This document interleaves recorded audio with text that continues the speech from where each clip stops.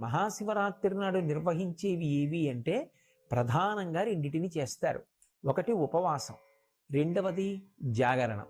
ఈ రెండు చెయ్యడంలోనే శివపూజ అంతర్లీనంగా ఉంటుంది. ఉపవాసము అన్న మాటకు అర్థం ఏమిటంటే, ఉప అంటే సమీపమునందు, వాసము అంటే ఉండుట. దేనికి సమీపమునందు ఉండుట అంటే భగవంతునకు సమీపమునందు ఉండుట. నేను ఇలా కూర్చున్నాను అనుకోండి, నాకంత దూరంలో కూర్చుంటే, ఒకరిక్కడ దగ్గరగా కూర్చుంటే, దూరంగా కూర్చున్న వాళ్ళకన్నా నాకు దగ్గరగా కూర్చున్న వాళ్ళు ఎక్కువ సమీపంలో ఉన్నారు.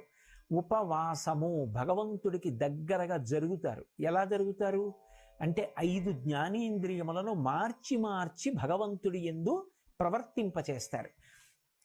కన్నుందనుకోండి, ఏదో కొంతసేపు భగవంతుని యొక్క రకరకాల మూర్తుల్ని చూస్తాడు.